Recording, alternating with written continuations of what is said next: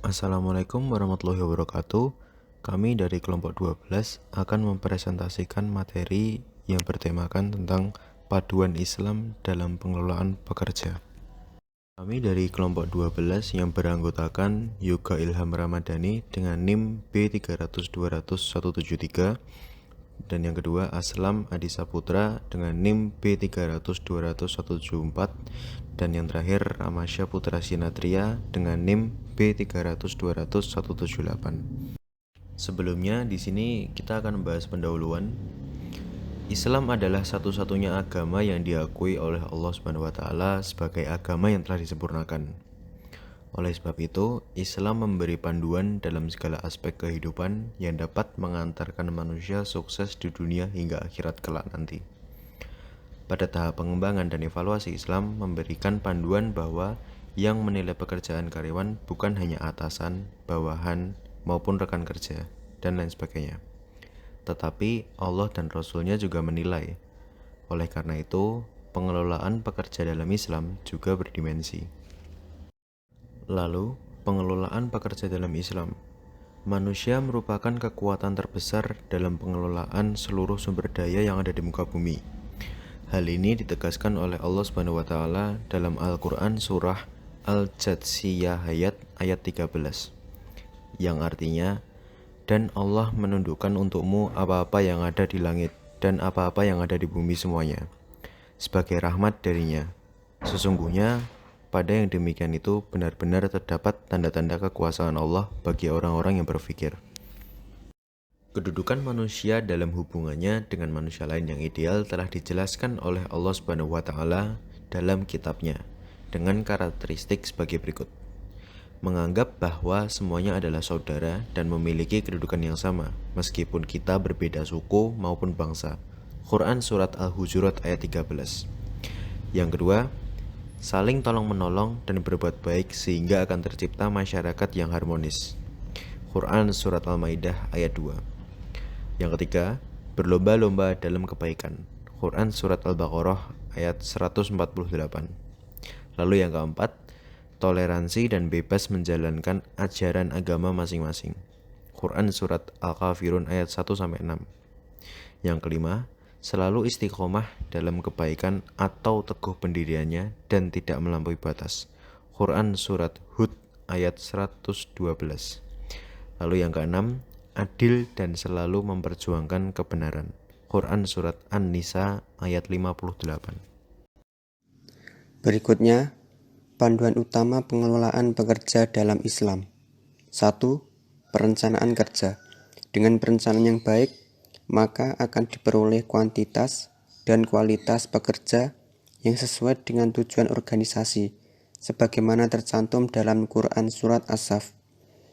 Innallaha yuhibbul ladina yuqatiluna fi sabilihi Sofan ka'annahum bunyanum marsus. Sesungguhnya Allah menyukai orang-orang yang berperang di jalannya dalam barisan yang teratur, seakan-akan mereka seperti suatu bangunan yang tersusun kokoh. 2. Rekrutmen. Rekrutmen adalah aktivitas untuk mencari dan memikat pelamar kerja dengan motivasi, kemampuan, keahlian, dan pengetahuan yang diperlukan mengisi kekosongan atau kekurangan.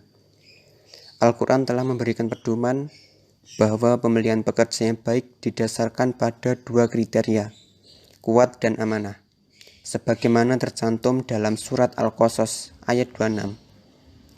Qalat ihdahuma ya abati astahjirhu Inna khaira mani astajarta ulqawiyyu al-amin.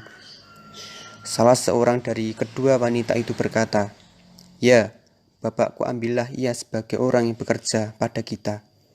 Karena sesungguhnya orang yang paling baik yang kami ambil untuk bekerja pada kita, ialah orang yang kuat lagi dapat dipercaya."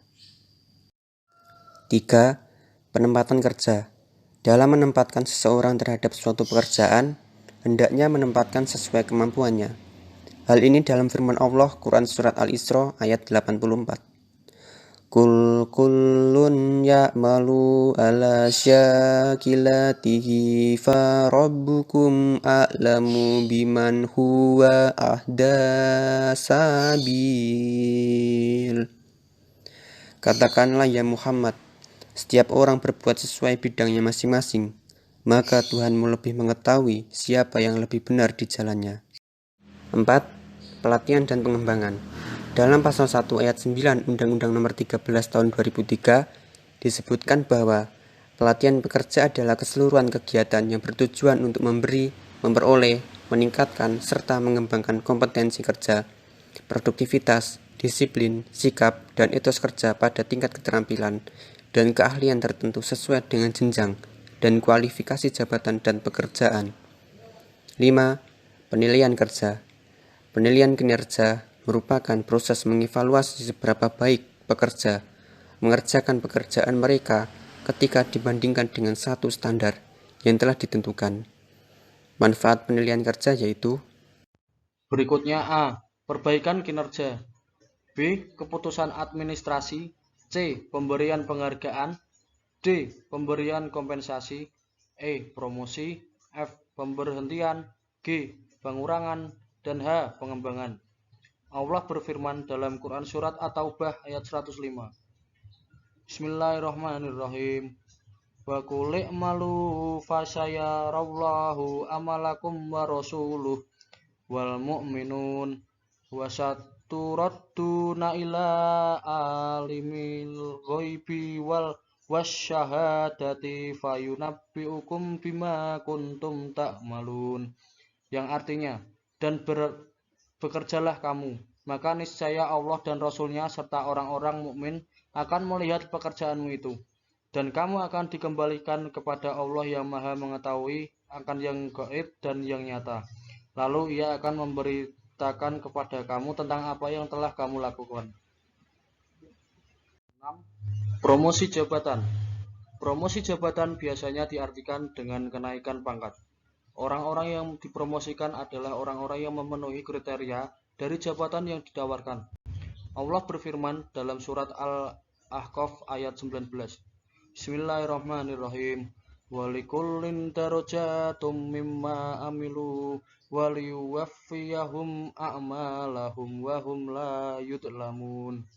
Yang artinya, dan bagi masing-masing mereka derajat menurut apa yang telah mereka kerjakan, dan agar Allah mencukupkan bagi mereka balasan pekerjaan-pekerjaan mereka sedang mereka tiada dirugikan. Kompensasi.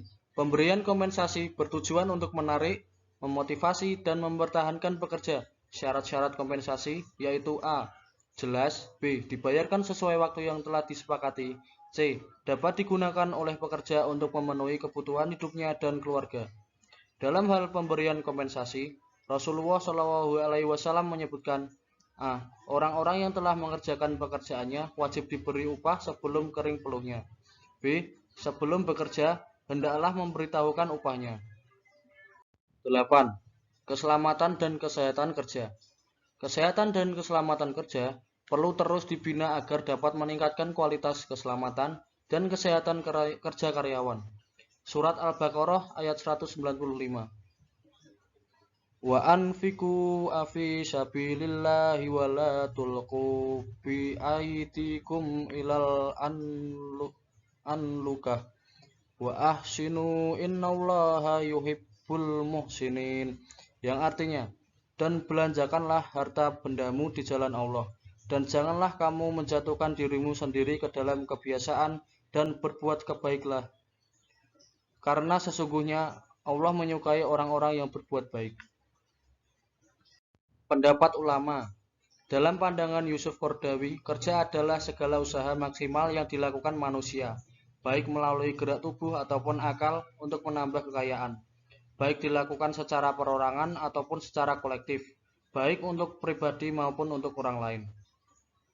Pendapat ulama. Islam telah membuka lapangan pekerjaan bagi umatnya agar mereka dapat memilih yang sesuai dengan keahlian, kemampuan, pengalaman, dan kesenangannya.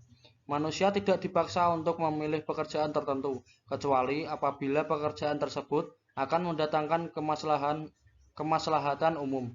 Sekalipun Islam memberikan kebebasan memilih lapangan kerja, bila ternyata akan membawa bahaya baik terhadap individu maupun umum, moral maupun material, maka lapangan kerja jenis ini diharamkan oleh Islam.